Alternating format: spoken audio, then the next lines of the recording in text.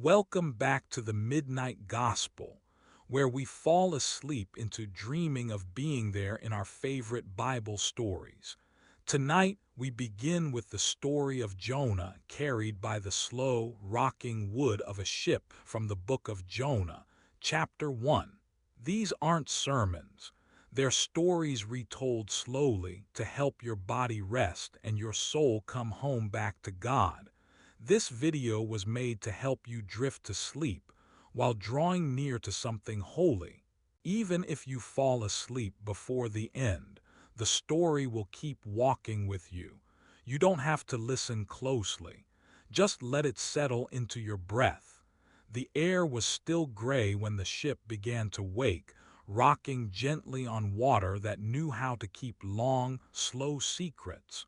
Light was coming, but only enough to touch the edges.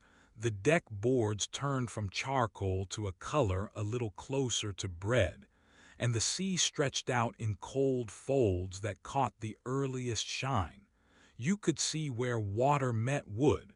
Salt-damp planks, warm from hands and feet and sunlight that always remembers how to come back. Somewhere on board, a rope gave a quiet complaint, not a sharp sound, more like an old yawn. A sailor shifted on his blanket, dragging it over feet that had known every knot in this floor. One by one, they pulled themselves upright. Nobody hurried. First light sits like a promise that there's still time for everything. You hear it in the way shoes scuff softly, in the way someone fills up their lungs before standing. The ship moved with its own slow breath, rolling without purpose, creaking just enough to let a listener know every board was doing its work. If you tilted your head, you could hear the hush below deck, all the lost and found things that gather in corners. The sound of a body turning over in the dark, not quite ready for day, not pushing, not resisting. Here, the sea didn't rush. It brushed along the hull, the touch as steady as cooling bread at dusk. Colors thickened slowly. One man, brown-haired and blanket-marked, pushed his palm flat on the rail just to feel the grain worn down by his father's hands. There was peace in the way he did it, not remembering anything special, just noticing that the world kept holding him up. No one spoke yet. There was a work to do, but also a silence that wanted to be kept. Feet found a rhythm, canvas dipped and strained against the morning wind, and at that sound, all the breathing changed. A long inhale, a soft, empty pause, a slow exhale. The way a mother might sigh after folding laundry. The way the water takes back a stone. Let this moment stretch, no reason to pick it up or move on. Even the sun waits its turn. Down below, where there was less light, breath mingled with the wooden quiet. Sometimes you'd forget anyone was there at all. Just the ship, the water, and the air between them. Even this silence is holy. The day may come or it may not. For now, it is enough to rest in the gentle rocking. Every plank, every rope, every tired shoulder has nowhere better to be than right here, in the first easy light. The night listens with you. Dawn came on silent wings, cold and blue, as the ship drifted on the open water. Salt air curled over the rails, it always did. In the first gray, the deck creaked. I heard the hush before the crew spoke, the hull shifting, the old boards remembering better nights. The sailors gathered without much sound, shoulders wrapped against the morning chill. They laid out dry bread in cracked hands, tore off pieces, passed them from palm to palm. There were figs, sweet and sticky, pressed together in a little cloth sack someone tied with string. Nobody hurried. I watched as one man chewed, slow, jaw working with a rhythm older than speech. Another yawned, lifting his shoulders. Their boots scuffed the wood, soft and regular. Nothing moved too fast here. The ship rocked them back and forth, and the sea made its own quiet conversation with the hull. I sat nearby, not really part of the meal but welcome enough. The men didn't talk much, crumbs stuck in beards. They'd reach for another hunk of bread, offer it without a word, nod with their eyes only. One filled a cup, passed it over. Between bites, between sips, there was the comfort of listening not to words but to the world breathing. Now and then a gull circled overhead, wings flashing white against the early blue, calling out above us a high note in the hush. Feathers drifted down, slow as prayers, landing near the edge of the deck. The sound of birds faded. The men kept eating. It didn't matter what the day would hold, not in this moment. Fingers pressed figs flat, teeth bit through old bread. Someone sighed, stretching his back like a cat, then quiet sat back against the mast, eyes closing for a breath. Bread, figs, again and again. Nobody seemed hungry exactly, but it was the thing to do. Breathe, chew, swallow, pass. Even the ship seemed to breathe along with us, her timbers flexing, carrying us onward in the stillness. Let this moment stretch. Even in the silence, there was a kind of prayer. Not a word spoken aloud, just the slow sharing of food, the peaceful exchange of what little we had. The sea birds flew overhead again, this time quicker, shadows skipping across the sails. The men watched, said nothing, then went back to chewing. Sometimes a hand rested on another's shoulder, a check, gentle, just to say, I'm awake, I'm still here. The smell of salt, of bread, of sweat and figs, it filled the slow morning. I think some of them wanted to forget about the storm that might be coming. I think maybe one or two thought about the quiet sleeper below, but no one spoke of fear. Not now. Not with bread breaking open softly in their hands. The meal was ordinary wholly by being unremarkable. Each crack of crust, the stretch of jaw, the sharing of figs, all of it part of some old, wordless worship. God in the midst of the slow, worn gestures. Nobody prayed over the food. Nobody gave thanks out loud. Still, I think God heard every unspoken hunger. I think grace was passed around, right there alongside the bread and fruit.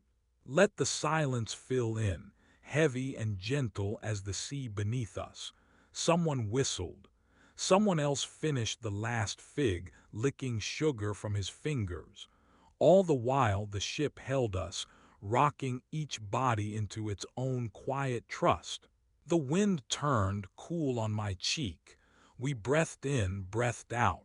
The captain coughed softly and leaned against the rail. He hated mornings but took bread anyway, because that's what you do. You wake each day, you share what there is, you watch the birds fly. You don't talk if you don't have to, not when listening is enough. No one noticed the prayer, but it was heard. The meal ended slowly. Boots shifted. Hands wiped crumbs from sleeves. A nod, another sigh, another piece of bread and silence nursing them all along. Let this memory float, gentle and slow. The sun climbed quietly, spilling gold across the waves. But nothing rushed, nothing disturbed. The whole ship breathing, not quite ready to enter the day. The ship rocks gently, quieter now. Night presses in around the timbers and the deck glows soft with lantern light. No one speaks above a whisper. Along the boards, sailors gather the ropes, thick, rough, sun-stained lines drawn in from the sea and laid in heavy, sleeping coils. A man kneels by a bundle of rope, his hands, slow and patient, know every twist in the fibers. The ropes are heavier than they look, salt-wet, smelling of the deep, each strand woven tighter than memory. He doesn't count the loops. He just circles the rope, same motion again and again, careful not to tangle or leave a knot behind. You hear it too. Somewhere, a lantern creaks on its hook. The wood sighs beneath bare feet, and the distant hush of waves folds around the ship. Nothing urgent waits here, just the gentle collecting of what needs to be gathered. Fingers work their way down the length, pulling, smoothing, looping the rope in wide, careful circles across the deck. Over and under, the line slides against the planks. Each time it comes around, his hand lands beside the last again, just as it did before and again. The pattern never changes, it's old as the sea. Let your breath find this slow rhythm, in and out, no need to hurry.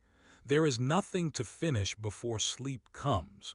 Just the simple act of bringing things in and putting them in order, quiet, ancient work. If you watch closely, you see the rope make circles inside circles, growing and overlapping, until all the wild, scattered lines become one resting shape. Everything tucks in close, safe, ready for morning. Sometimes there's a little knot hidden, a twist from a hard day's wind. He leans closer, thumbs working loose the trouble, never pulling hard, like he's done this 1,000 times. Maybe he has. The others watch each other in silence, passing a water skin or a scrap of bread, shoulders brushing now and then. Outside, the rocking of the ship is gentle, just enough to remind you of being carried. The sea's lullaby, never in a hurry, night stretching long and blue above.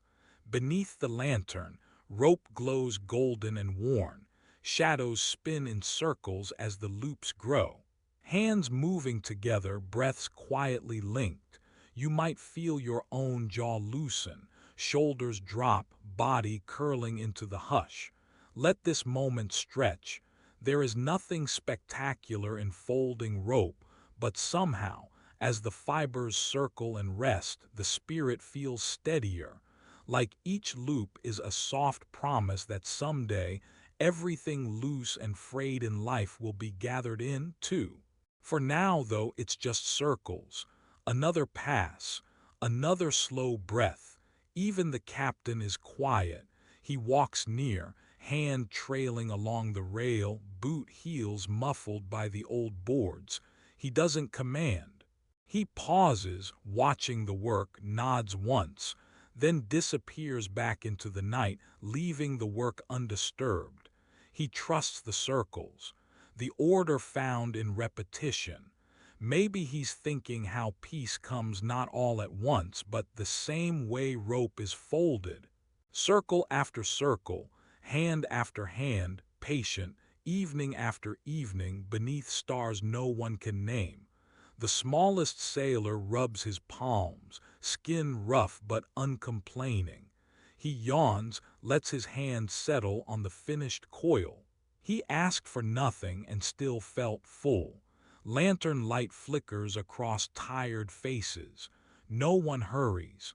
The rope lies still, breath settles, and the old ship leans into darkness without fear. If you're listening, you might let these circles work their way into your own breath. Let the night be a blanket over you. Let even this silence be holy. The ship will rock. The ropes will keep. Hands rest heavy, hearts grow quiet. God is closer in these small things than we ever remember. The night listens with you, ropes slide over wood and round thick hands.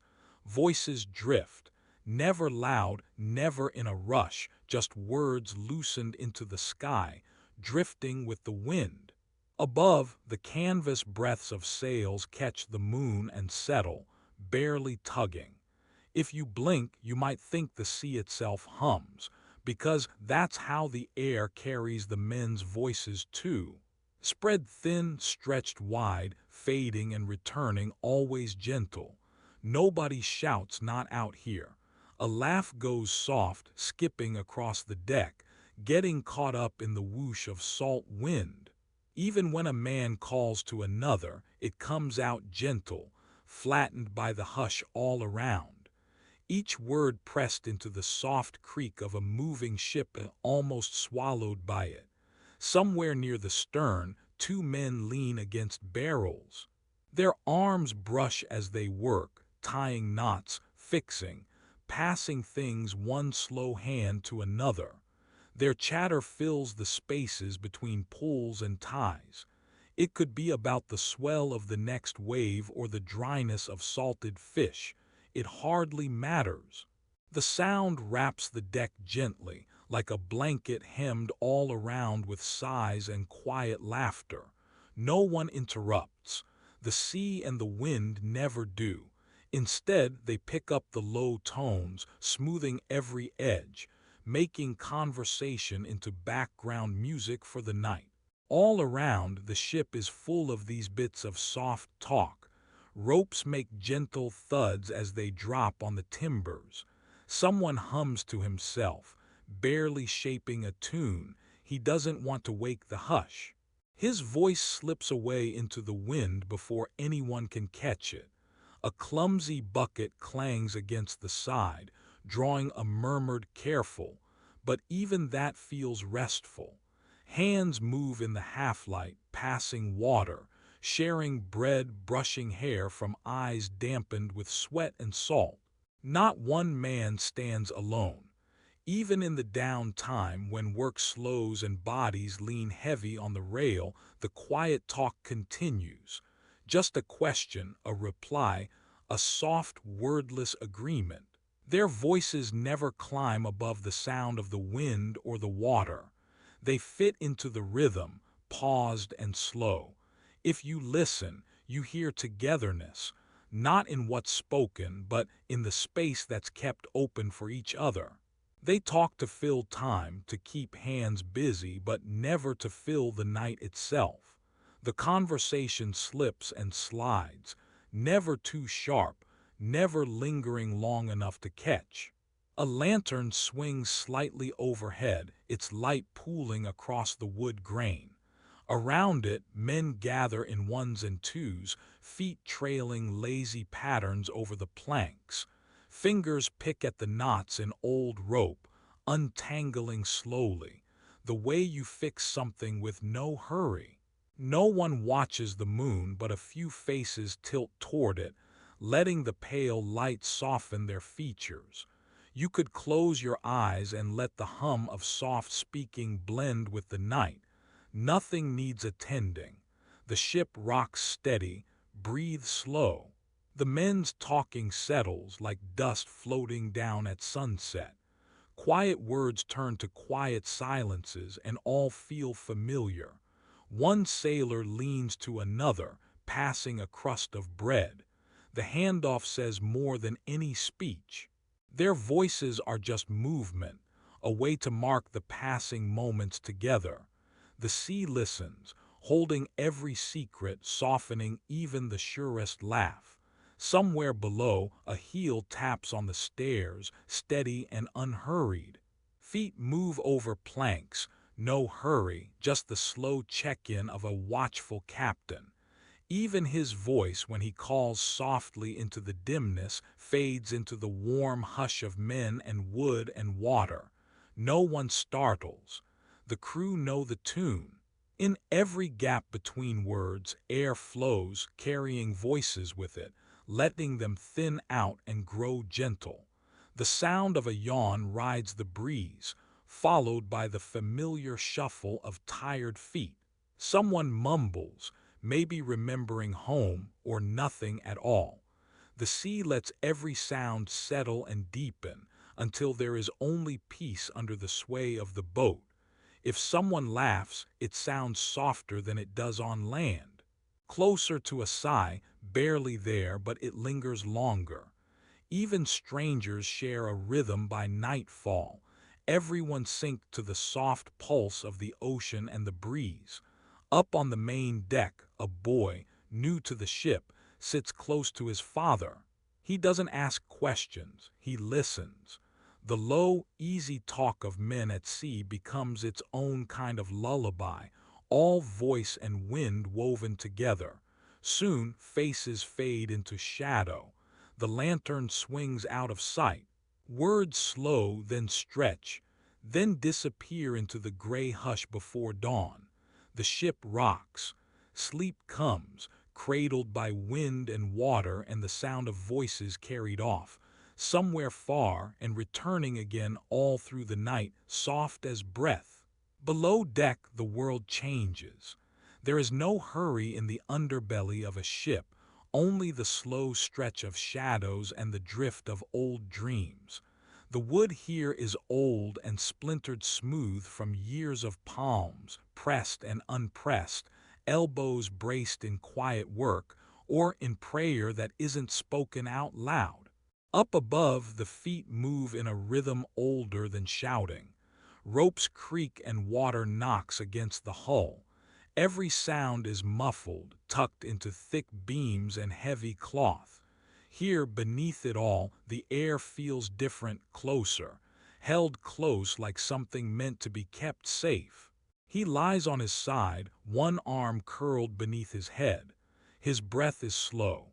It rises and falls, steady as the tide, neither fearful nor hoping.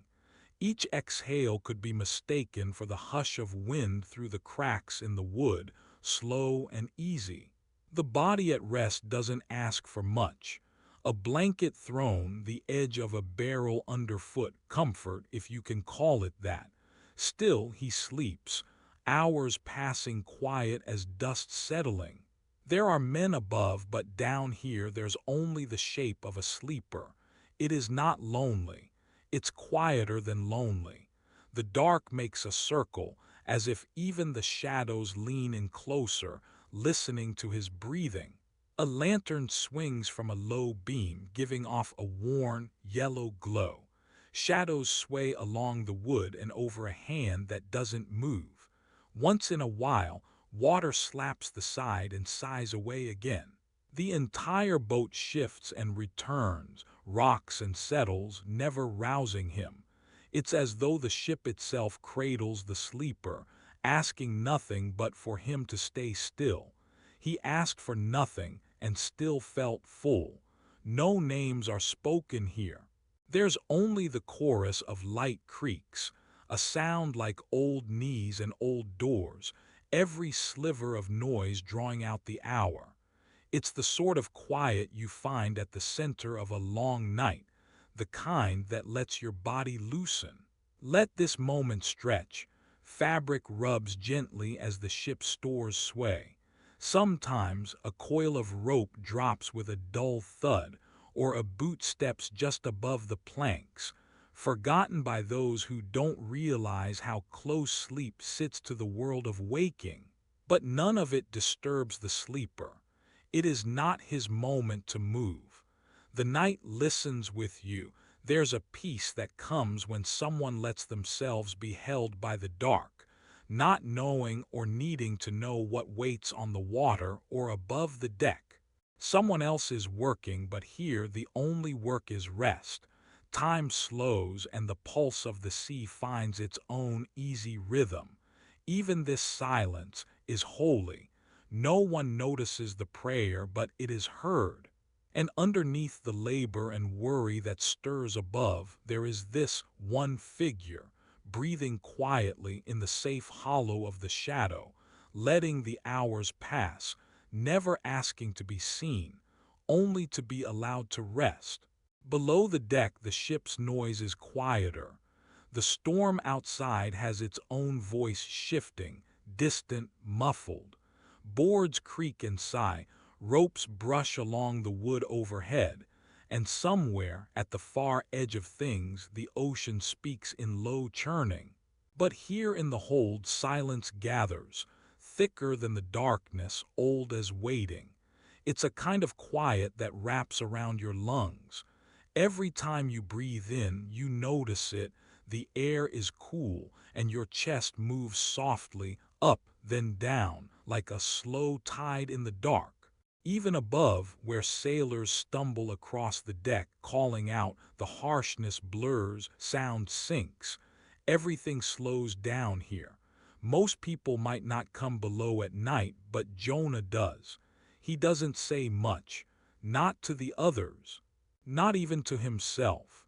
He just lies on the narrow planks, his head turned sideways, cheek pressed against the grain, his arms folded in, knees tucked to his belly. Sometimes you can spot his breath, a pale rise, then a low fall. Sometimes all you can hear is the sound of sleeping. Silence grows thicker with each breath. The ship rocks gently, finding its own sleepy rhythm. Strange how, even when the world above is fighting wind and spray, the hold keeps its own slow time. It welcomes the quiet, gathers it in heavy folds across the floor and around the crates, down between the jars of oil and coiled nets and baskets stacked for later. It's a place you could count each heartbeat if you wanted to. You almost do, 1, 2, and again silence, deep, soft, sacred, no light here. Only the fingers of a lantern sometimes bobbing far off. Most of the time you see nothing at all. Eyes closed or open, it makes little difference.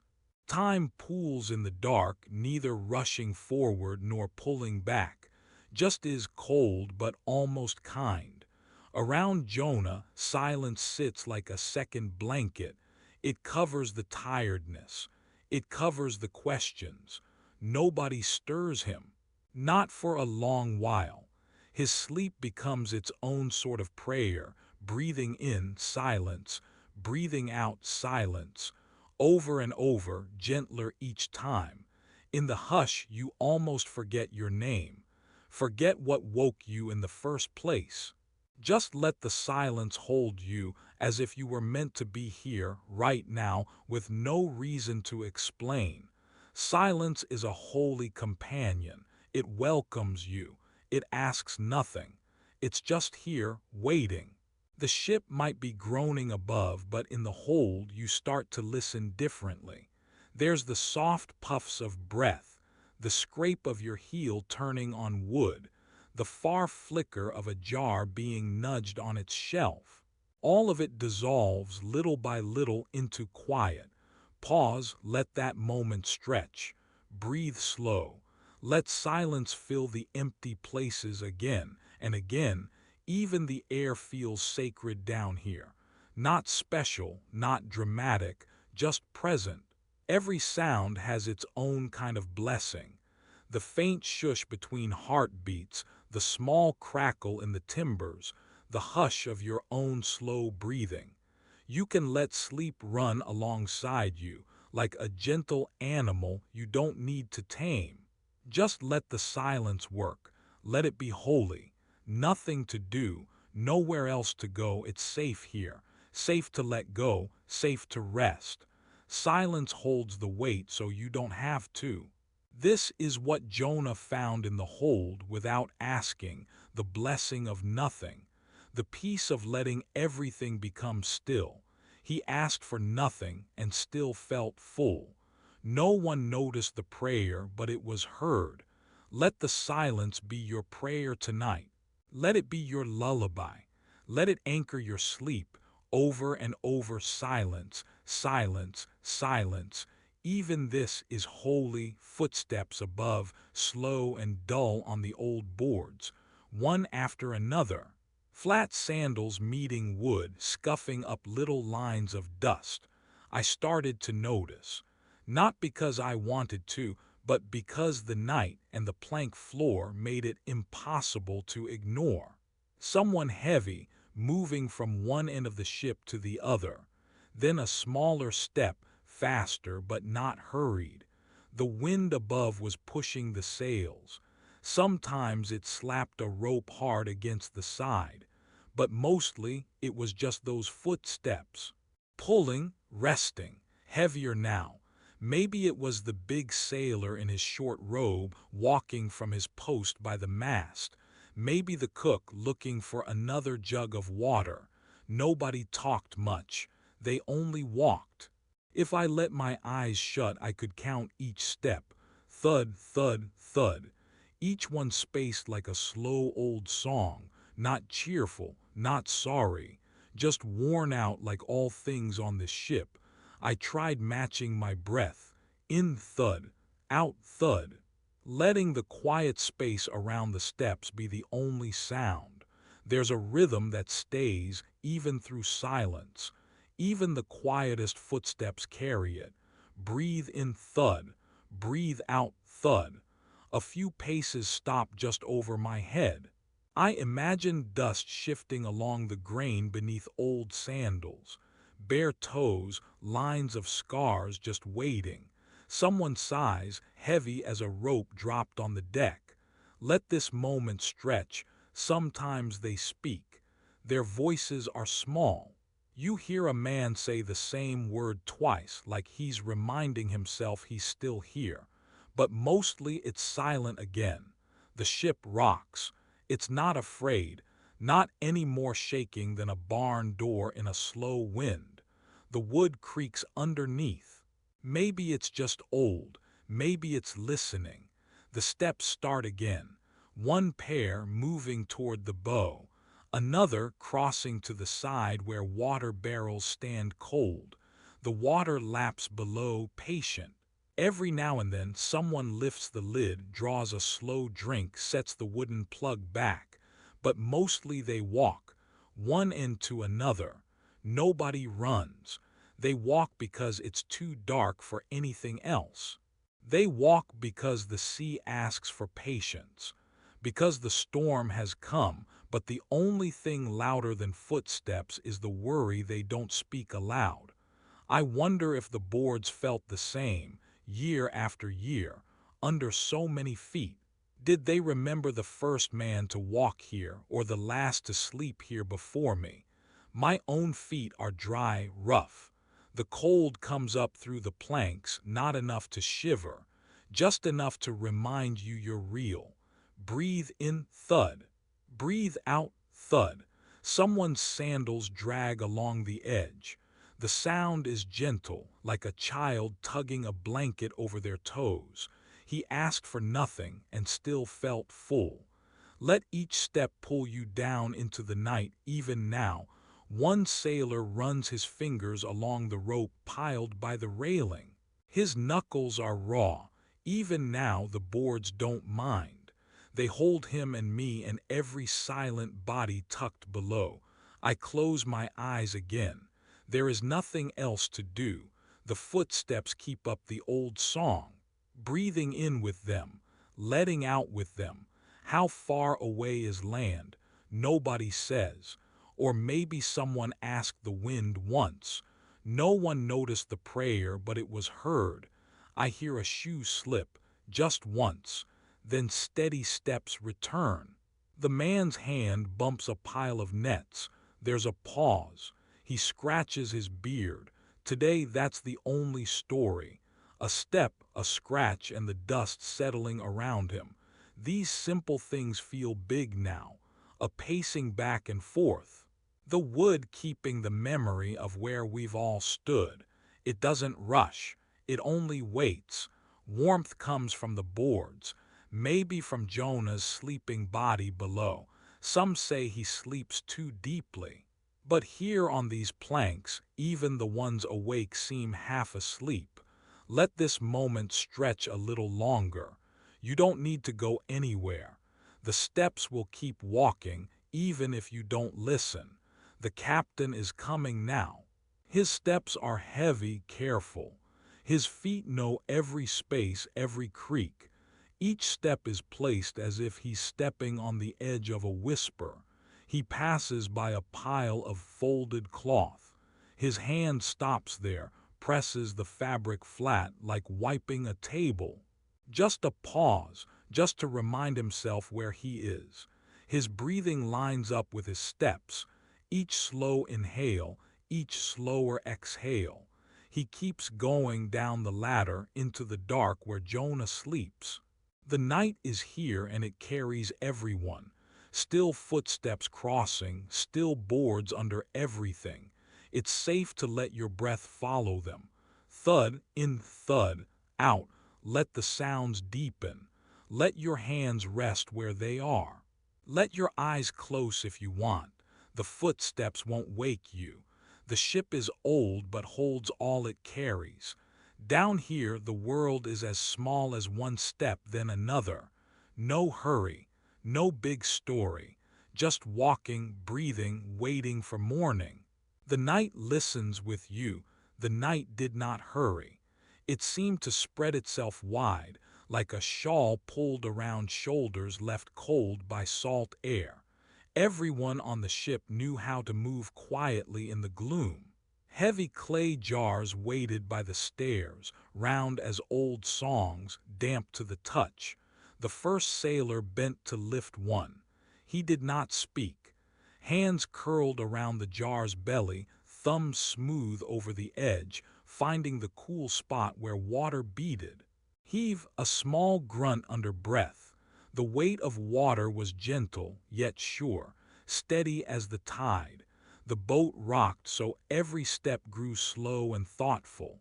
No one rushed. There was just the shuffling of bare feet, the creak of boards swelling with sea damp, and the hush of breathing between tasks.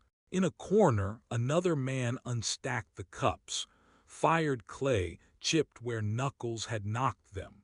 One by one, the jars came to him. Each sailor paused long enough for the jar's base to press into their palm, feeling at home with the heaviness. There was a rhythm to the work. Lower the jar, tilt, hold it just right. The water began to pour, first with a hollow glug, then a thin silver thread, steady, not hurried. It filled each cup the way dawn fills the belly of the world, quiet and complete. Sometimes they traded jars. No reason, just the brief friendship of hands touching over clay, fingers damp from the rim. Water trickling down wrists, catching the light of a lantern swinging soft overhead. The sound was almost like singing. No words, just water unspooling into itself. The trickle rose and fell, soft as a psalm at evening. Someone exhaled, almost a prayer. No one was thinking of thirst. Not then. Not with the slow spilling of each cup passed gently to the next set of hands, resting on knees, disappearing into the hush. There was care in the way the work was done, each motion rounding out another quiet corner of the night. If you listened, you could almost hear the stillness listening back. Even the ship seemed to settle, as if this work helped it remember the path home. The man with the empty jars stacked them again, soft to keep the clink from waking anyone below.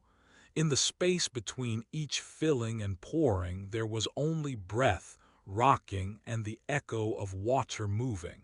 Heavy work, yet grounding. Here, the weight of a jar was a blessing, not a burden. It meant hands had purpose. The night stretched on, wide and slow. Let this moment stretch. Even this silence is holy. The night listens with you. No one spoke. No one needed to. The water pouring from jar to cup, cup to hand, was a language all its own. Each movement was a small prayer, soaking the hands with something softer than fear. Someone set an emptied cup beside the mast, letting drips puddle in the wood groove. The water found its resting place there, too. If you listen, you can hear your own breath keeping pace. Slow, easy, balanced. No miracle wove through the moment, just the deep, quiet sense that some prayers do not make a sound. They hang in the air, soft as dew, heavy as clay, poured out with every steady hand. Let even the boredom be sacred. The ship rocked gently on the dark water. Somewhere in its belly, sleep carried itself just as faithfully as the next cup drawn. This is enough. This is rest. There's a bowl on the table tonight. Just a simple one, clay, plain, the color of old earth after rain. Someone set it there before sunset, where the light skims along the rim and finds its way inside. It holds nothing but oil, perhaps olive, perhaps pressed from something wild that grows in forgotten places. The oil waits. There's no rush here. It settles quietly, hugging the gentle dip of the bowl, glistening in the slow, lamplit dusk. If you lean close, you notice the light bending across its surface, making a soft golden sheen, a kind that finds your eyes whether you're looking for it or not. In this room, the air is still. Each breath feels measured, easy. A hand appears, work-rough, patient. Fingers dip in, careful not to spill. The movement is slow, round, as if stirring could be an act of prayer. The oil stays calm, wrapped up in itself. It barely stirs at all, making just a whisper, just a glimmer. If you wait long enough, you smell it. Faint, green, and a little bitter, something honest and old. The scent drifts upward, settling into the folds of a tunic or catching in your hair. Not everyone notices, but you do now. This is the work of quiet nights. Sometimes you come here to prepare oil for the bread or for the lamp, or just to keep your hands busy while voices rise and fall in the next room.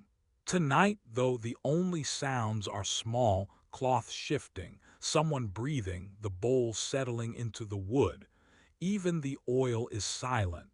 You draw the circle again, pushing gently, and the surface trembles, never spilling, never in danger of leaving the safety of the clay. You could keep doing this for hours. There is nothing to finish, nothing urgent. The act itself is enough. The oil finds its shape again and again, smoothing away every ripple on its own, until the light slides clean on top. Let this moment stretch. Even this small task is holy. Ritual, not because anyone said so, but because your own body knows the rhythm of gentle work done in the quiet. Even the smallest motion becomes familiar and beautiful when nothing else needs to happen so fast. You think about the times you saw older hands do this, mother's hands, grandmothers, neighbors resting at the end of a long day. How they moved without thought, as if the bowl and the oil remembered them too. There's a comfort in that, in knowing the work goes on when no one is watching and still matters. Every so often you pause. The room holds you in its hush. The shadows are kind here. The oil reflects a soft tongue of light, never quite still, never shouting for attention. You catch your reflection in it for a moment, the blurry glow of your own face. You smile, but softly. No one is here to see. You don't need to be anyone important. Let the night listen with you. The bowl is warm from your hands. It stores the memory of evenings like this. No noise, no demand, just the act of gentle work and the scent of something simple and good. Outside, the world keeps spinning. Somewhere people shout or run. But in this place, only the oil moves at your pace, slowly, steadily, held by the weight of nothing in particular, a story that glows only because it is ordinary, unchanged. Call it devotion, or don't, just keep stirring. Let the light pool along the edge where your fingers made a careful path, and the bowl catches what little is left of day. You ask for nothing and still feel full. The oil gives itself gently, nothing wasted, nothing forced. Time drips by as soft as honey in a cold room. The lamp has not gone out. You have not been forgotten. Even the silence is holy. Rest here without hurry. Let your breath slow to match the waiting bowl. When you close your eyes, you'll still smell the oil and feel the cool, smooth clay beneath your palm. It will be enough. The deck creaked, soft and even beneath bare feet. Some nights, if you closed your eyes, it almost felt like standing on dry land, just one long rocking sigh, back and forth. The captain liked to come up early. He stood alone at the ship's edge, eyes searching the slow horizon. Brown hands folded behind his back, breath steady, even when the sky was heavy and the waves mumbled underneath. No one really talked to him unless it was important. He never called out orders much. He just watched. His gaze carried more weight than shouting ever could. Clouds moved in quiet rows, drifting along, soft and gray. The captain measured the time by them, not by clocks. Sometimes he'd close one eye and judge distance by the way a gull glided through sunlight. He didn't pace. The ship rocked. That was enough to move him. One foot forward, then a pause. Mending a knot with careful hands, running a thumb over the rough wood rail. Even the sailors, half awake, rubbing salt from their lashes, watched the captain out of the corner of their eyes. There was a calmness in him, like the world could lift and twist, but he would still be here, breathing in with the tide, breathing out with the wind. No one asked what he prayed for, if he prayed at all. Most nights you could barely tell if he was worried. The sea was his business, storms or not. He only showed his worry by squinting just a little at the sky, then letting his shoulders loosen, trusting the dark to hold what it would hold. Let this moment stretch like the line between two quiet stars. Sometimes a runner would come from below decks. All is well for now, he'd whisper, and the captain would only nod. Never loud, never shaken. His eyes always returned to the horizon, calm, unwavering, almost gentle. When sailors grew restless, tying and untying cords, he'd lift his chin and look at them, just for a heartbeat. That was enough. They'd slow down or step lighter or just sit. It was all the same. The captain's watch wasn't about steering hard. It was about standing still, listening to wood and wind, rain if it came, letting the ship speak. Anything that needed fixing could wait a little longer. Most things could. Even this silence is holy. He watched clouds gather. He watched clouds part. Every ship had its secret rhythm, the hush between footsteps, the shape of quiet around a lantern. He didn't chase sleep. When his eyes burned, he'd rest them for a moment against the palm of his hand, then open them again, slow, sure, seeing nothing had changed, nothing needing words. Sometimes sailors wondered if he missed home or if he ever wished for an easier way to live, but he never said. Instead, he let the sea answer for him, the gentle rocking, the shushing of waves against the hull. A deep sigh, as if the whole world could fall asleep beside him.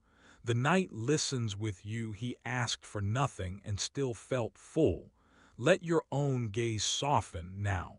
Let this steady quiet fill your lungs. Lay down your worries like a folded coat beside your bed. The captain will keep watch, silent and still, just as morning waits somewhere, just out of sight. Night settles over the deck. The rocking of the ship feels softer, almost gentle, as the last pieces of the day are put away. Most of the nets are folded now, rested in neat piles where hands smooth their edges, binding them against the dark. There is still one net by my feet. My fingers touch the rough threads again, mending a loose corner, tugging carefully, not to wake anyone. The air has grown cool. Cloth on my lap is soft, worn in all the places it's been held before. My breaths come slower now. I follow the same motion with each knot, letting every loop quiet something inside me. The pattern does not rush. Over, under, draw close, let go. Over, under, again, again, around me no one speaks. The only sound is a rope shifting, a sleeper turning gently, the hush of the sea pressing against wood. I keep my hands moving as slow as sleep itself. This is enough. In the repetition I am safe. Folding the last net, I set it with the others. I touch the frayed spot, smoothing one more time. My hands know this work, the steady hum, the easy weight, the silent promise that tomorrow will come and I will do it again. I let the woven ropes fall quiet. I gather the linens, creased, soft, shaped by the same care year after year. Breathing in, breathing out. I drape the cloth at my sleeping spot, pulling it up to my chin. The smell of rope lingers on my fingers. My body is slow and peaceful. The nets are mended. The night is full but not heavy. Before sleep I let a prayer whisper out, just a line, soft enough not to disturb the quiet. Lord, hold the knots I cannot untangle tonight. The boards beneath me are steady. Nothing more needs doing. The sea answers with its own long breath and I let go. Stillness holds me. The Lord knows my breath. I am not forgotten. God walks slowly too. Grace is here. My work is enough. The knots can rest until morning. I am kept. Amen, amen, amen. Sometimes a man would bring figs. Not always for sharing, but today, yes, you could tell by the drape of his hand, loose at his side, and the basket he carried pressed close as he walked into the shade. No one expects much. A meal is only what it is, and figs are never a feast, just soft, sweet, simple, good enough if you're tired and the hour is slow. He sat down without a word. The shade held us close, held our sweat, held the heavy hush of people resting mid-afternoon. Dusk clung to ankles and the sound of the street stilled. We watched his thumb split the first fig, and the others stayed quiet, not out of awe but because silence is easier than finding the right words. The figs opened easily, skin giving way, inside shining, seeds wet and small like 100 tiny pebbles packed tight. He handed one across, just an open palm. No need for names or prayer before eating, not this time. It wasn't a ritual, only a pause. You taste it and think of nothing but the honey-warm fall of sweetness on your tongue. Teeth press the seeds. They crunch, not loud enough to break the stillness, but enough to notice you're alive to this. Swallow slow. Another fig split shared the same way. The only sign of gratitude is in the way we eat gently, not hurried. No one asks for more. No one hurries him on. Even the birds seem to wait, hidden above with only their shadows moving across our feet. This is a meal that doesn't need blessing aloud.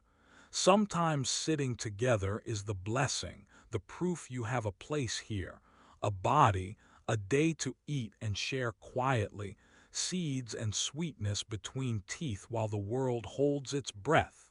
You can feel the weight leave your shoulders as you chew. Even silence tastes different when shared.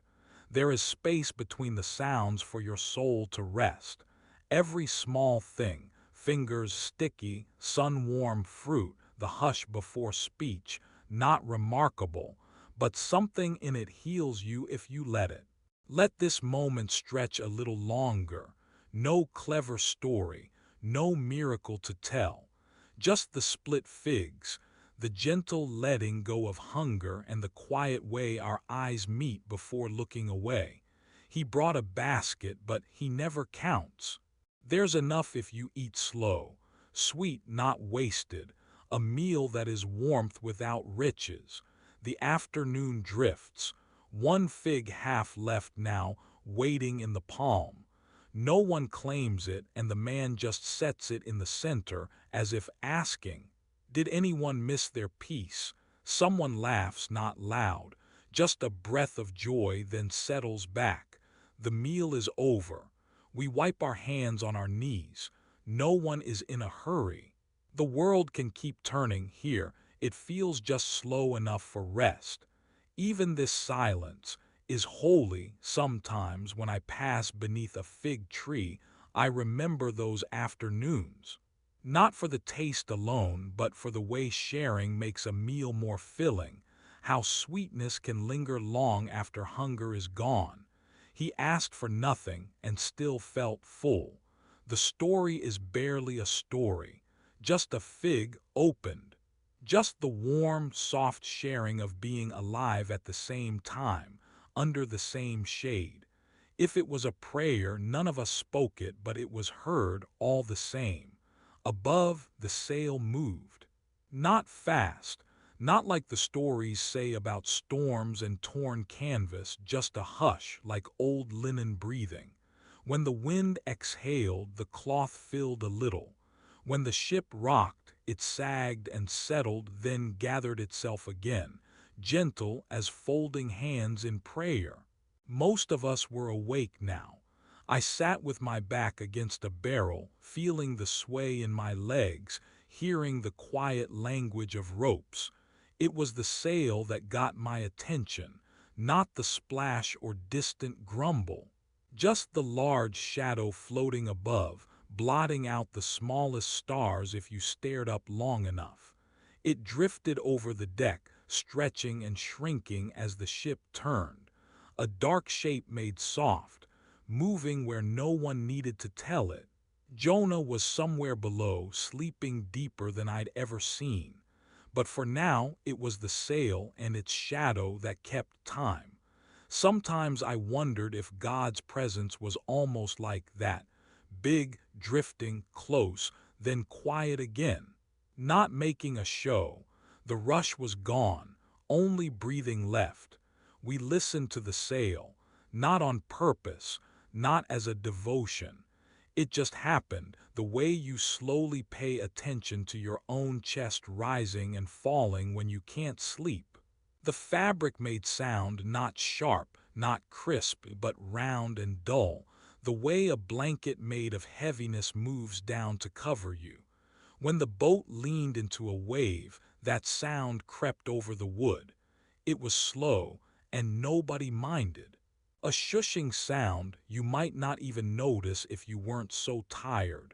I was tired. So was the man beside me, rubbing his eyes with the back of his hand. We weren't talking. We didn't need to. Every so often, the mast creaked and the whole rigging stretched, and the shadows moved like a parent pulling the sheet up over you when you're half asleep. If you watched long enough, everything felt slower. The sails darkened overhead, clouds passing by so quietly that even the wind held its breath. The shadows slid over every board smooth. The sailcloth's edges flickered across the place where water met sky. My only job was watching. There was peace in that, no spectacular faith, just quiet being, steady and half between. The captain said he would go below. He moved lightly, as if not to disturb the sleeping air. Above him, the shadows crossed his shoulders. The sail hovered, heavy with wind it didn't quite need. Maybe that's what it felt like to belong to something you couldn't see, lightly tethered, breathed into. I stayed on deck, tracing the widening dark that chased itself across the planks. I could almost feel the sail's loft sending down calm, its breath lifting, settling, folding the light away. No lesson in it. No story but this, the ship rocking, the sail moving, sleep hiding somewhere not far from reach. Let this moment stretch. Listen to the hush. Even here in the place between wakefulness and dreaming, the sail breathes above us, sheltering with its every slow wave. And we breathe under it, tracing the shape of safe shadows. The night listens with you. The afternoon spread itself over the ship as slow and heavy, like a thick blanket trying to hush every small sound. Nobody moved much. The sailors had finished what needed doing, tying ropes, checking nets, wiping salt from their eyes. There was nothing left that couldn't wait, so they found cool strips of shade against the side of the ship. Old wood, warm but not hot, pressed against their backs. Elbows slipped and knees drifted wide. Shirts flattened against their skin. Someone had folded a piece of cloth behind his head, not for comfort, just to keep the sweat from running into his eyes. That was enough. One by one their eyes grew heavy. Not asleep, not quite. Just letting the weight of the day settle in their arms and along their eyelids. You could hear their breath, some slow, some a little snoring, some catching a little when the ship gave a creak. Above them the sun held still, not climbing or falling, just there. It baked everything the same. The big curved hull, the ropes, the empty wooden cups, the records of past meals scattered in crumbs and fish bones. Even the salt drying into the seams went quiet in this kind of heat. No hurry. Nobody cared about being tidy now. Feet dangled. Sandals left behind, toes spread wide, just feeling the air. A jug of water sat at the center of the deck. It might as well have been a mile away. Nobody wanted to move. When someone did finally reach for it, he drank a little and passed it on, and even the sound of gulping water seemed part of the warm hush. Down below, where the faintest scraps of light squeezed in, it was cooler by a handful of degrees. Jonah lay in a narrow hollow, hardly more than a space between barrels. He was asleep, not restlessly, not curled up small, just there, one hand under his head, chest rising and falling in deep, steady measure. Even the roll of the ship felt gentler in the darkness there. You could almost forget he was a stranger to the rest of us, down in the hold apart. The captain came near the ladder, peering into that gloom, but for now, he let the quiet stand unbroken. There are silences that feel like answers, and this was one of them. On deck, a sailor found himself tracing a line in the spilled grain from lunch. Another tried to count the knots in a rope hanging useless. They didn't talk much. Words felt too heavy to lift. Now and then someone would sigh and shift, but mostly it was just the ship creaking, always the same, always slow. If you listened, you could hear a bird not far off, calling once, then nothing. The whole world seemed to pause to see if it would return. It didn't. Even the birds rested on afternoons like this. Let this moment stretch. A little breeze came and went, barely ruffling anything. It didn't cool much, but for a second it gave the illusion of movement. Bits of hair lifted. Threadbare sleeves fluttered. Then stillness came back, thick as before. The sea itself looked like glass. No foam, no sudden waves, just soft motion, barely rocking the hull as if the deep was taking a long, patient breath. Far off, land sat on the horizon, blurry with heat. Nobody spoke about it. Land was for later. Now there was just the present, drawn out long and loose. The sun shifted almost nothing in the sky. Some eyes closed. Chests and bellies rose and fell. Some part of everyone wanted to sleep, but sleep with eyes open, sleep with breath alone, letting thoughts run idle until the heat changed again. Let this be enough. You could forget your purpose in the afternoon and no one would mind. There were no questions that needed quick answers, no rope that must be coiled, no direction to give. For a time, the only thing to do was not to do, to wait, to lean, to settle in and breathe with the ship as it drifted. Even the nervous ones, the youngest sailors who sometimes worried about storms or strange men in the hold, let themselves become part of the quiet. Shoulders slackened.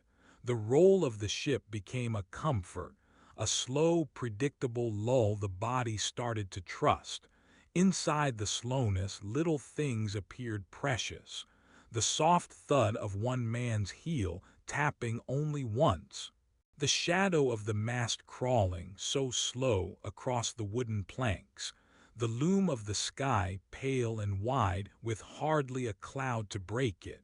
Let this silence be holy. Below, the sleeper moved just a little, rolling from one side to his back. A hand fell beside his ear. Breathing continued in a soft rhythm, the kind of honest, unhurried sleep you might find in the coolest part of a house at noon, when a child is safe and watched over, and nothing needs to be proved. Nobody envied him. Some even blessed him in their thoughts. There is a peace in letting someone else rest, a peace that can settle into the edges of your own bones. Someone laughed, quietly, at nothing in particular. Mostly, the ship just held its people in the slow afternoon, waiting. Silence piled up around them, as real as barrels or nets or the thick black ropes. The boat sang its own song, wooden and deep, and every so often a knee or elbow found the rhythm, rocking gently. Let yourself drift into this moment. The captain at last sat down. Whatever responsibilities held, they could wait for sundown. He watched shadows stretch and the sun slide, inch by inch. Nobody hurried it along. Even the work seemed lighter now, knowing for an hour or two there was nowhere to go except exactly here. Nowhere to be but here, held by the slow afternoon. Everything waits for a time. Sleep waits. Action waits. Even God waits sometimes in the hush of heat and slow breathing, in the small miracle of nothing needing to happen yet. Let the stillness do the work. Even this silence is holy. Some nights are filled with voices you barely notice. You hear them, but only as a hum. That was the way of it in the belly of the ship, while Jonah slept with the clatter and shouting above, and just under it a quieter kind of talking. Voices not as words, but as shapes pressed softly into the air. I remember the heaviness of the wood overhead, beams pressing slow, each groaning in its own time. Sometimes the ropes would slap, then go gentle again, and the sea would answer with a hush around the hull, like the whole world was breathing slow, trying not to wake anyone below. If men spoke above, we could hear them only as a wash of sound, rolling in and out, mixing with every tilt and sway. Sometimes it was sharp, a quick question, laughter that cracked and faded. Most of the time, though, it blended into the rest. Footsteps, boots and bare skin on planks, bags and buckets shifting, a low cough. You could close your eyes and let go of trying to tell what anyone meant. It all became pattern, up, then down, then up again, nothing clear, everything soft enough to rest inside. Like the gentle rocking of the sea, the voices would drift, half-heard and harmless, making a kind of music for sleep. Sometimes, even with storms around, the boat seemed far away from loudness. In that dim belly, where salt clung to every rag and shuttered lamp, all talk softened. No one barked names. The anger and fear, washed by the dark, lost their shape. Just shapes, drifting in the gloom, one sailor whispered to another. But the words were only chords in the melody. You could pick up the mood, not the meaning. Just enough to know the world above was still turning, still awake. The way a mother might hum when she thinks the child is nearly asleep, even after the song is gone.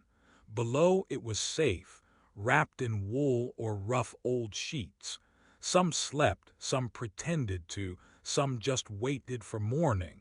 I learned to let the rhythm fool me into calmness, the pitch of someone's breathing, the repeat of a distant mutter. When voices came closer, they thinned to murmurs, so low they moved under the skin, not facts or orders, but quiet shapes that asked nothing. The ship spoke, too, a slow sigh in the timbers, a soft drip where water pressed in. These sounds and the muddled tone of men did not disturb. Sometimes I counted the gaps, filled them with my own steady breath. Let this moment stretch. Jonah, for his part, never stirred. He slept among the sacks, turned toward the wall, his chest rising and falling with the hush of the ship. The world could shake above questions, arguments, and down here. Nothing needed naming. The lull of crew and storm and old wood, blending, humming, keeping watch. Sometimes you almost felt the night tucking itself around you, the blur of talk, the timbre of feet, the slow reminder that not every word must be heard. Even this silence is holy, and so we settled there beside the sleeper, letting the ship and its half-heard language keep us company. Nothing to solve, no story to finish, only the comfort of sounds that drifted in slow waves. Safe to rest, safe to listen, or simply fade into sleep as the night listened with you. He asked for nothing and still felt full. It's late, the kind of late that makes everything quieter, even the sea. Above deck the storm spits and shakes the world. But below, where the air is thick and unmoving, a sailor sits cross-legged by a wooden crate. His knees are drawn up. A bit of sheep's wool hem lies in his lap. The ship rocks and the candle beside him shivers. The sailor's reed pen glints in the little circle of flame. He dips it again and again in the half-dried well of ink. There's not much left, but he keeps going. The tip hovers above curling parchment. Quiet, careful marks, some letters, some just shapes. He isn't writing a report. It's not a grand story, just marking time. Another day, another shift, another wave gone by the hull. Scratch, the pen moves slow, almost too soft to hear, scratching and pausing. He lifts the reed, watches a bead of ink gather at the point, then settle. He breathes in. The smell is part candle, part salt, part old lambskin. Nothing about this moment is urgent. Nothing needs to be finished. His back presses gently into the rough wall. He listens for the captain's steps overhead, the way boots knock the planks above. He listens for the quiet stir of sleep, the big, steady breathing of men run ragged by wind and fear. He adds a mark, then another. Sometimes a word appears, then fades. It doesn't matter if the parchment keeps its secrets. The act of moving ink where there was none before, just that, is enough. He feels his shoulders loosen. The ship rocks, and so does his pen. The scratch of the pen again, slow. Sometimes the sound vanishes completely, lost in the hush. Sometimes it's what keeps him awake. Other nights the writing is the last thing he remembers before drifting off. The candle leans a bit as a draft wanders the room. The flame dances, throws a gold blur on the wood, then stills. He moves the page closer to the light for a word, then pushes it away. Not every mark is meant to be read. Some are just to know he was here, awake, while everyone else surrendered to sleep. So much of this night glides by without words anyway. The way the hull groans, the sighs in the dark. Someone shifts in their hammock and the ropes creak overhead. The sailor pauses, listens, feels the tiny aches in his fingers. He dips the pen again, careful not to tip the ink or let the flame catch the fringe of his sleeve. Somewhere near, water slaps stone jars. Farther off, a low voice prays for morning, too soft to interrupt. Down the corridor, Jonah's sleep holds steady, deep as the ocean itself. The pen slows, finds its own rhythm. Scratch, wait, scratch, he remembers other nights at home, with family asleep, making lists in the dark because that's what quiet hands do. A mother winding thread, a father tallying trade, a sister humming as she shapes bread for the next day. Ordinary things, ordinary love. Writing here is the same. It makes the hours gentler. Every so often the sailor turns the parchment. The candle is growing small, the pool of light shrinking into itself. The flame crackles soft, warm, the smallest comfort in this hidden part of the ship. He watches smoke drift up, wonders who will read these marks or if anyone will. Maybe that isn't the point. Maybe the act itself is enough. He pauses, lets the pen rest on the wood, and listens to what's left. The night, the water, the sighs, and the far-off storm. The writing can wait. He folds the parchment, careful as you'd cradle a sleeping bird. Stays a while with the silence, just breathing just here, just beneath the world's thunder. Here nothing is urgent. Each line is a small part of staying awake with the night, sharing its hush with God, letting the darkness hold him while the ink dries. And when he finally stands and blows out the flame, he does it soft as a prayer, letting the smoke curl away like words spoken in the dark, gentle enough to sleep on. Below deck, the world was very small. Boards pressed close together. Shadows pressed in even closer.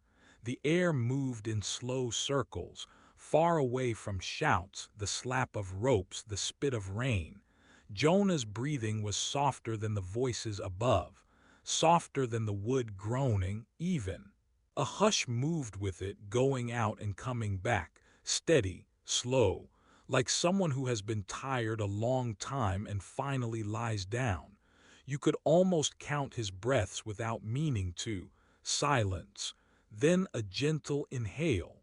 The kind that makes your own chest feel heavier. Then lighter, like lying under your blanket and remembering how safe you are in the dark. No one came down here for words. Not tonight. Everyone had their own reasons to be afraid or awake. But Jonah's breath did not belong to the storm. It moved the way it wanted, quiet, unrushed, unfussed by what might come next. Somewhere far above, the waves shook the ship. Ropes yanked in the fists of old sailors, curses flung into the wet wind. But down here, Jonah didn't flinch, didn't stir. His chest rose and fell like he was somewhere else floating. Not hiding from anything, just breathing. Out, in, out, in. The most unimpressive miracle there is. The paces of the ship became a sort of lullaby. Every creak had its own rhythm, a nail shifting, the slow lap of water slipping between boards. If you closed your eyes, you might imagine you were sleeping in a house back on land, not on an old ship at the edge of the world. Someone far above called out. Someone else yawned. Down here, no one repeated anything. Even fear was tired. Even worry got quiet. Even God, you felt, must walk softly here so as not to disturb a man's rest. Jonah's breaths went on, unworried. Each one a reminder to let go of the edges, to drop anchor inside yourself. If you listened long enough, your breath might try to match his. If you're listening now, just let it slow. Let your breath be simple, too. Out, in, no hurry. No work left to do. Nothing moving except the soft, steady rhythm of resting. The ship could have been anywhere in the world. You could be too. But for now, you're right here, sheltered low, blanketed in shadows layered one on another. Old wood, old worries, old stories, all floating. And Jonah slept while the world above stayed awake for him. He asked for nothing and still felt full. Let your own breath go quietly on, no one asking, no need for explanation. Just this moment and this one and this one. The slow movement of breathing, the most sacred kind of forgetting, a softness even the rain cannot find. And all the while, rest unfolding, quietly, unseen, reminding you too that peace does not have to be noticed to be real. Night passed slow and the hold of the ship was dim. Not much light, just the hush of old wood, breathing almost. The storm outside kept on its path, but below the simple work went on.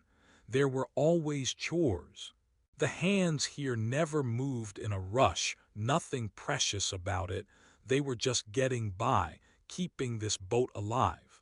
I remember my own chores. Hands moving without thinking, folding a blanket that would be needed again by morning. On this ship it was much the same. Men bent down to mend a frayed rope, slow fingers pulling the strand smooth and tight, quiet patience in every loop. No one tried to fix more than one thing at a time. When something was stitched, they'd set it aside. A little pile of work, calm and waiting. Someone scraped wax from the deck with the back edge of a knife, scraping, pausing, scraping again, the sound barely enough to cover the sound of breath. These weren't chores to finish, only chores to do. In the hammocks, a shirt needed its seam pinched back together, thumb and forefinger moving soft, tracing the line, thread pulled through, tight and gentle. There was no race. The ship itself felt that way, like it was rocking the quiet work, not hurrying anyone. I watched hands fold and pile, wet cloth then dry, sacks of lentils then baskets of onions. The way a shoulder rolled forward, the way a back leaned in, every body found its own rhythm. One sailor tied knots, not because they were needed, only because the motion soothed him. Tuck, pull, set it down. Pieces became patterns, patterns became habit, all things coming back to rest. Even with the boat rolling, no one shouted. If something needed moving, 2 or 3 men would grip it and shift it, shoulder to shoulder. No words, just a little nod, a shrug, a silent question answered in the air. These movements felt old, like everyone had learned them from someone else, maybe their grandfather or an uncle back home. And the gesture carried that memory, a silent blessing left in the muscles. I felt my own breath slowing. The creak of floorboards sank into my skin. No one told us to be careful, but we were. No one told us to go faster, so we didn't. There was time enough. A man would lean back, hands in his lap, eyes half shut, just listening, letting the pause settle. A pitcher needed filling, not because someone was thirsty, just because it was good to have water near. Someone's sandal slipped off and a hand reached down, picked it up, set it aside. An oar shifted in its cradle, another hand steadied it, leaving the oar smoother than before. None of this was special, and so it was holy. The world moved slow, but it held together.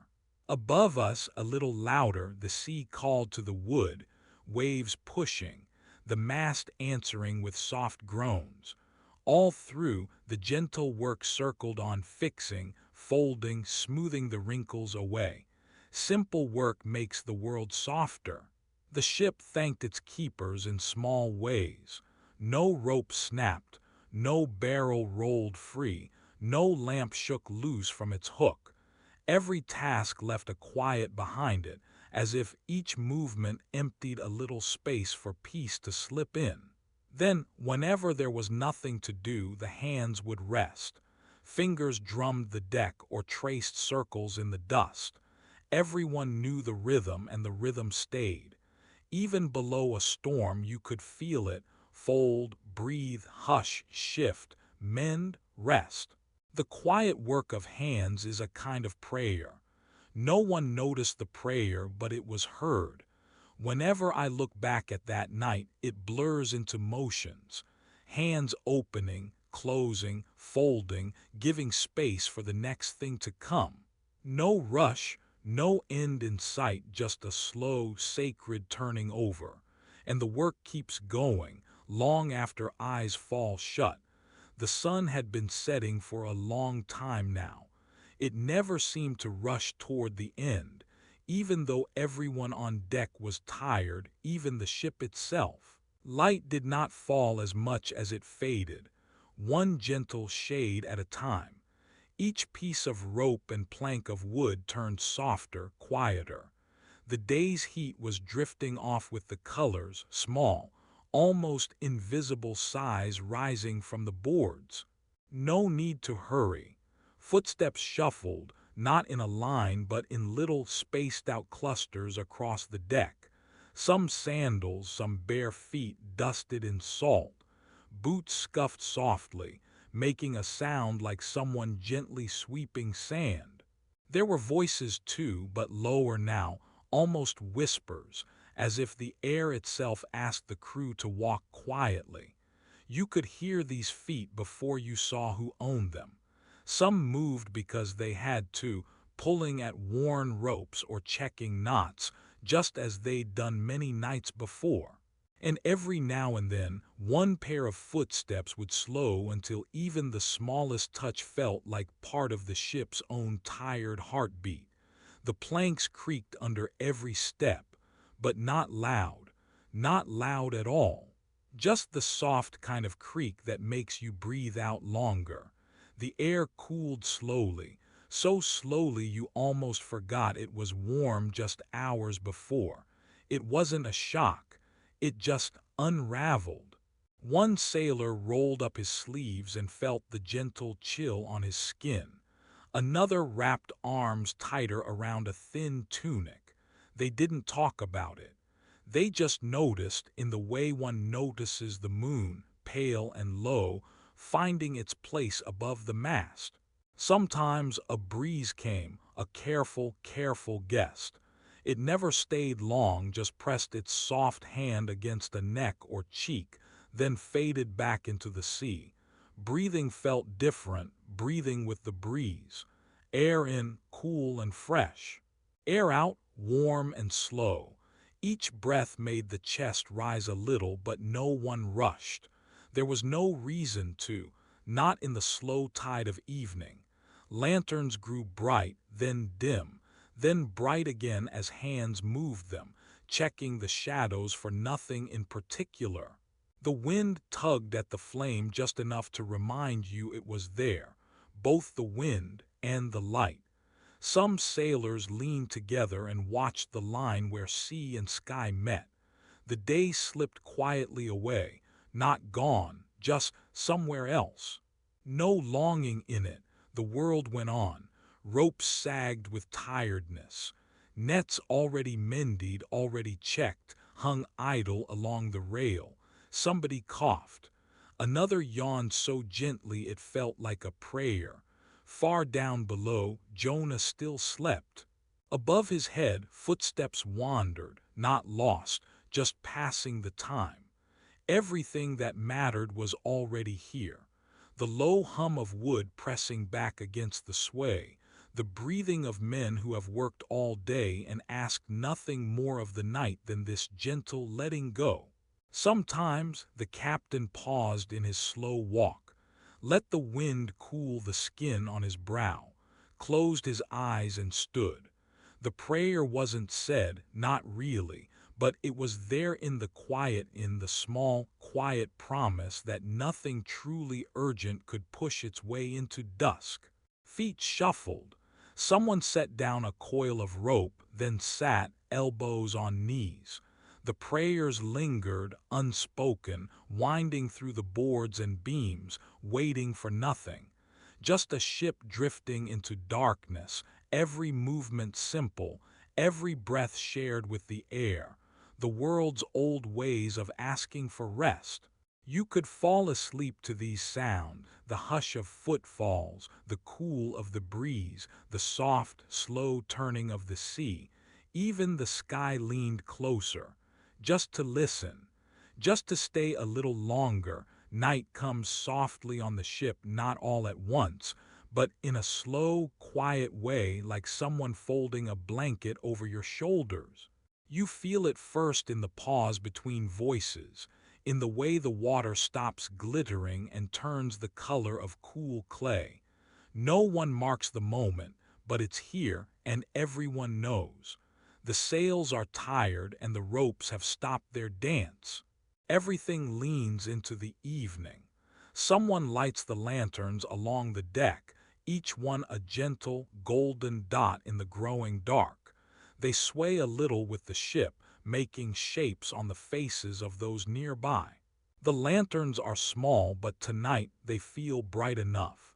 Even the stars seem to draw close, as if they were curious or maybe just kind. If you stand here looking out, you can't really say where the sea stops and the sky begins. They blend together, soft and deep, the way night itself can hide what's real and what's only imagined. There is comfort in not knowing. The water is just black velvet now. The sky is a wide, dark hush. All around, the men who work the ship let their hands slow down. A sailor unties a knot with steady fingers, then sits quietly beside the mast. Another shares a piece of flatbread, breaking it in half and handing the soft side to his friend. Nobody needs to speak louder than a whisper. Every sound settles: the shuffle of feet, the tired cough, the soft groan of wood. The ship itself seems to take a long, even breath. The captain walks along the deck and brushes his hand over the rail. He checks the lanterns, one after another. Each is trimmed, each flame steady. He doesn't say much, just nods once, as if in thanks to whoever is listening. Maybe God, maybe the sea, maybe just the quiet. Below deck the air feels different, warmer with a taste of wood and salt. Jonah is there, curled up far from the noise. His breathing is steady, slow, the kind of sleep worn by someone who has walked too far, who cannot hold the world together tonight. He asked for nothing, and still felt full. Above him, lantern light flickers through cracks in the wood, throwing tiny shapes across the floor. Each time the ship moves, the patterns slide and stretch, like secrets not meant to be told. No one down here hears the prayers spoken above, but they settle on the wood, soft as dust. Now the voices on deck have become only rhythms, blends of old words and new silences, mixing with the low song of water. The night holds its own music. Even the wind is slow, just enough to move a loose strand of someone's hair or shiver the flame above the hatch. Far off, the place where sea and sky should separate is impossible to find. Everything is the same blue-black, soft as closed eyes. If you let your mind rest, it's easy to forget what is sky and what is water. The whole world feels folded in upon itself. No edges, no hurry, nothing urgent happens now. A sailor leans against the barrel and drifts nearly to sleep, open-mouthed, his thoughts already wandering another shore. One by one, the men let go of their day, letting their arms grow heavy and their words dissolve. The ship does what it was made to do, floats, sighs, keeps a gentle path through the night. If you listen, you can hear even the silence. It stretches out wide, bigger than the sea, bigger than a dream. The Lord knows this quiet. The Lord was in it too. You don't have to do anything now. Let this moment blend all things sea and sky, light and darkness. Let this night be holy, because it is nothing special, and that is enough. The ship rocks slow, like an old cradle half forgotten by the sea. Every board moans its own soft story, and the ropes above shift their weight with an easy patience. The deck seems quieter now, voices hushed after the long hours of tossing buckets and calling orders, language drained thin by wind and worry. By now, most men have found small corners to rest tired backs, barely glancing at each other, alone together, folded into the wood and salt. The captain stands at the top of the hatch, resting one hand on the edge before he steps below. He waits a breath, maybe two. His sandals leave damp marks on the worn planks, muscles still remembering the heavy night of labor. The hatch is smaller than he'd like, so he ducks his head, quiet as he can, no need to announce himself here. No orders left to shout, just the cool, close air and the gentle sway, like slowly nodding off at the end of a prayer. He makes his way down, careful not to disturb the stillness. Each step sinks into the wood, picking up the hush that lives just below the noise of duty. He tries not to rush. Let night do its work, wrapping every sound in wool, making even a captain small and nearly invisible. Sandals tap softly, foot then pause, then another, each movement lighter, as though the heavy name of captain means less below deck. His eyes adjust to the dark, grain on his fingers as he trails one hand across a beam.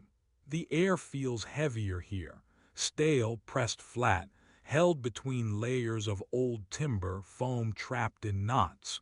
It smells of sleep, sweat, a faint echo of spices from the hold, all simple things.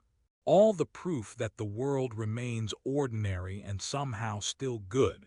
It's mostly silence that lives here. Even the ship's groans seem to hold their breath, so he matches that pace, slow, gentle, unhurried. He steps around a coiled rope, nudging it back into line with the tip of his foot. Nothing urgent, nothing broken, just the promise of more waiting ahead. Another breath rests on his tongue. You can just hear Jonah's breathing, a long, steady draw. He lies curled near the stern, using his arm for a pillow, one sandal hanging from his foot, the other surrendered to the floor. His mouth is slack.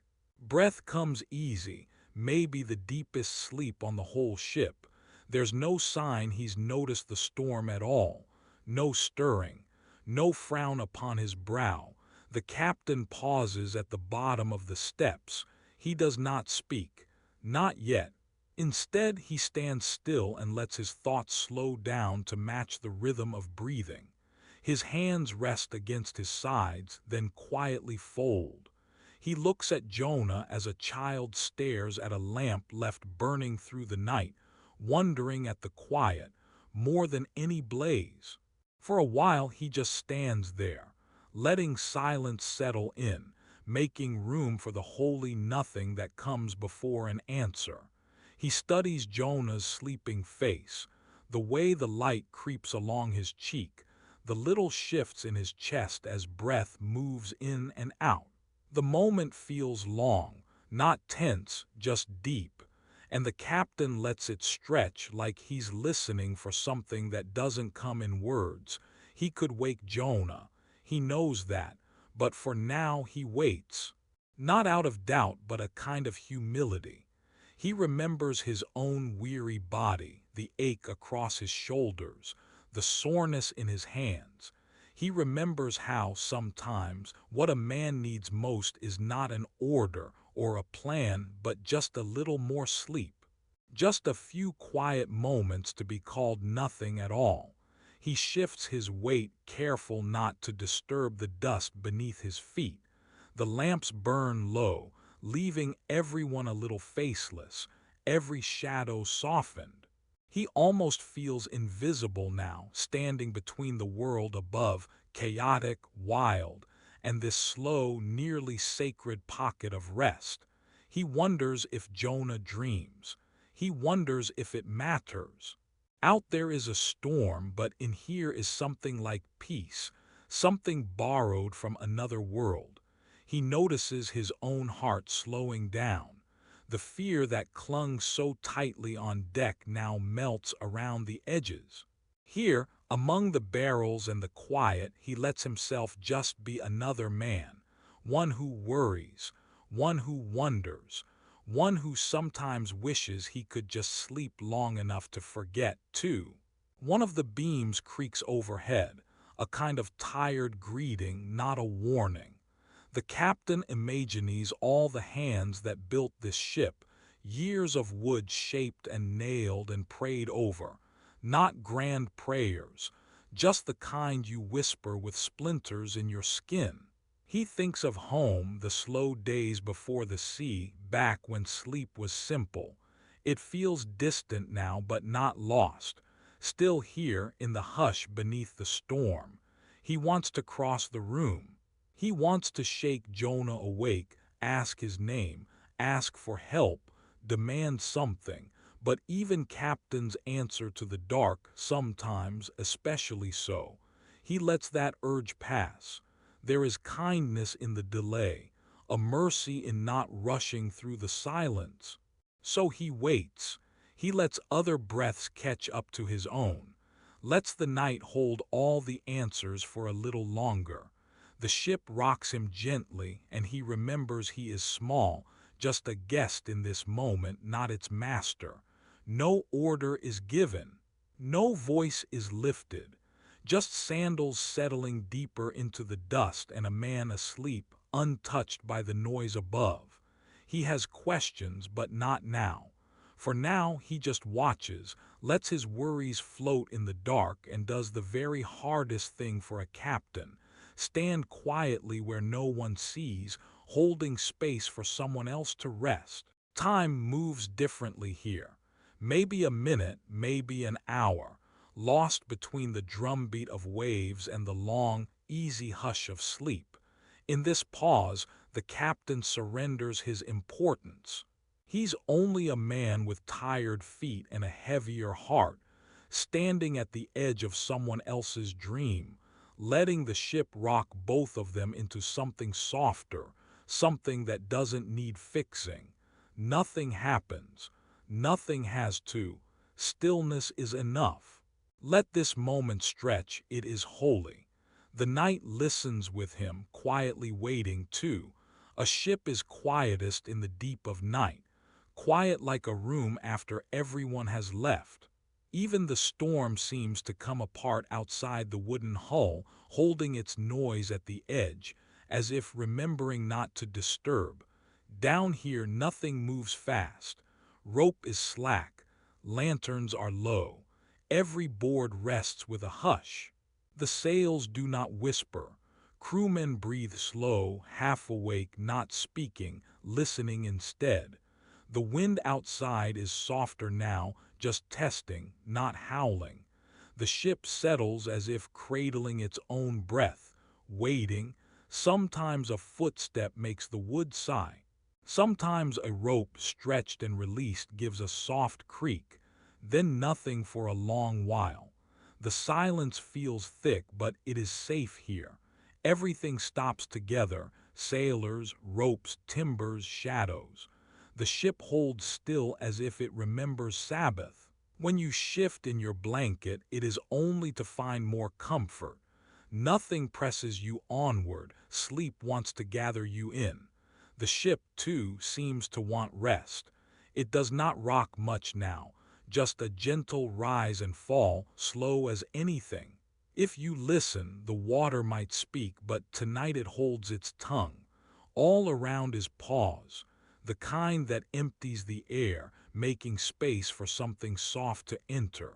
Somewhere above, a man coughs, but he stops quickly, as though even that is too loud. Another sailor rolls over, letting the silence stretch again. The kind of silence you find in the middle of a prayer or when you wait for bread to bake. It just keeps going and you trust it as good.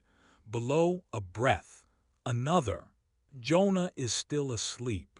The captain, moving with care, hesitates at the bottom of the ladder. He listens first, not for trouble, but to be sure not to wake the peace that's found its way across the boards. Creak, pause, he waits, breathes, steps forward. There's no hurry here. The night is as wide as the sea, and there's nothing to do but let it be. This moment stretches, time slows under each heartbeat. Again, the ship forgets to move. If you press your hand flat against the wall, you can feel the night in the wood. A hum, maybe, or just the memory of it having carried so much, now at last being allowed to rest those burdens. This pause is holy. Even the noise is letting go, loosening its grip on the ship and all who drift on her. No one speaks, not because there's nothing to say, but because silence has become enough. Even this waiting is a kind of prayer. Even this stillness is half a blessing, half a secret shared only with God. You can let the pause last. Let the quiet have its place beside you. Let the night set everything down gently, no rush, no fuss. The story lingers in between, rocking back and forth, holy as a held breath. Stay with it a while longer. Even if you do nothing, even if you fall asleep, the pause will hold you. The ship is still. The night is long. The pause belongs to all who are tired. It was late, the kind of late where the world loses its edges. Above the ship, the sky reached wide and dark, bigger than any map, stretching further than the lantern light or the soft voice of any man. Most of the sailors had settled into the slow rhythm of sea sleep, draped awkwardly on bundles of rope, curled beneath borrowed cloaks, shins pressed into the timbers of the rocking boat. They were quiet now. Even the youngest, who had wept earlier, lay still, his tears dried and forgotten, as if the sea could only hold so much worry at once. Below, tucked between barrels and nets, Jonah slept. He hadn't woken, even in all the rush, the storm and shouts, the slap of salt water and heavy, worried feet. He lay as if the world itself had closed its eyes, breathing deep, his dreams lost somewhere quieter than the dark. No one called his name now. No one needed him. The ship rocked, and even the timbers seemed to sigh, grateful for the hush. Every board held the weight of what had passed, but for now there was only rest. I sat tonight on a coil of old rope, listening to the ship, to wood and water taking turns with each small creak and hush. My hands were empty, just palm and fingers not working, just here, breathing with the others, folded into the slow end of day. If you listened, you heard the night, alive in all its smallness. One sailor's snore, a boot shifting, the sea brushing the hull gentle as you might stroke the hem of a garment, over and over until sleep says yes. There is a prayer in such silence.